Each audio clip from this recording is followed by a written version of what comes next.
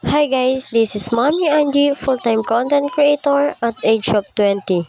So ngayon nga araw mga mare, bibili nga ako ng gatas ng aking anak. Kasi nga mga mare, yung binili ko nga gatas sa kanya ay pang ilang araw lang yun.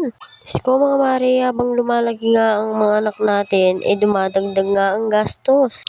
At tingnan niyo naman ang nakasunod sa amin mga mare, ay nag-erase pa nga sa akin.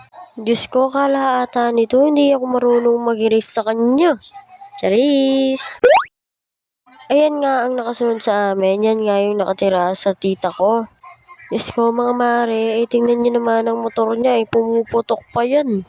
At ayun na nga mga mare, kaya nga bibili kami ng gatas ngayon, kasi nga mga mare, konti na nga lang yung gatas ng anak ko. Ewan ko ba mga mare, binibili ko naman nga siyang malaki, kaso ilang araw nga lang yun. Sobrang takaw nang dumedi yung anak ko mga mare. Kasama ko pala yung kapatid ko dyan mga mare. At siya na nga rin pala yung pinababa ko at para nga hindi na nga ako bababa dito at hindi ko na nga papatayin tong motor namin. Diyos ko mga mare, nung pumasok siya, kinukuha niya bonakid.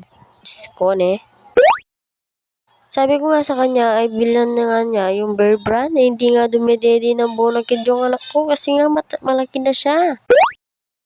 Kaya nga dito na lang kami bumibili sa R&D store kasi nga mga mare, mas mura pa nga dito. At lalo na mga mare, yan lang ang malapit sa amin na tindahan. Di na nga pala kami nagpupunta sa mga mall para lang makabili ng gatas. Dito naman sa amin, marami naman nagtitinda ng Bear Brand na ganyan. Kung nagtataka kayo mga mare na hindi ko nga kasama yung anak ko, kasi nga mga mare, hindi ko na nga siya sinama, baka nga ano naman ang ipabili niya sa akin. Ayaw na ayaw ko talaga sa anak ko yung puro laruan ang ipapabili hindi pagkain. Mas gusto kong pagkain na lang ang ipabili niya para nga ito mabusog. At ayun na nga guys, pagkatapos nga namin bumili ng gatas, agad naman nga kaming umuwi. Kasi nga mga mare, yung anak ko na yun na inaalala ko pa pag hindi ko siya kasama. Kasi nga mga mare, sobrang palibot talaga ng anak ko. Kabisado niya nga talaga yung bahay namin kahit saan siya pumunta. Diyos ko, alam niya.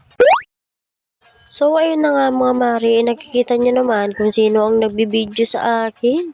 Nagpa-video na nga lang pala ako sa aking kapatid kasi nga mga mare, hindi ko nga maawakan itong cellphone ko. Hindi ko naman pwedeng ilagay sa harap mga mare, wala naman akong hawakan dito. Diyos ko mga mare, baka mabitawan ko nga itong cellphone ko. Wala na nga akong pambili, baka mabasag pa to. Charis! So, ayun na nga pagkalipas ng ilang oras mga mare, nandito na nga kami sa bahay.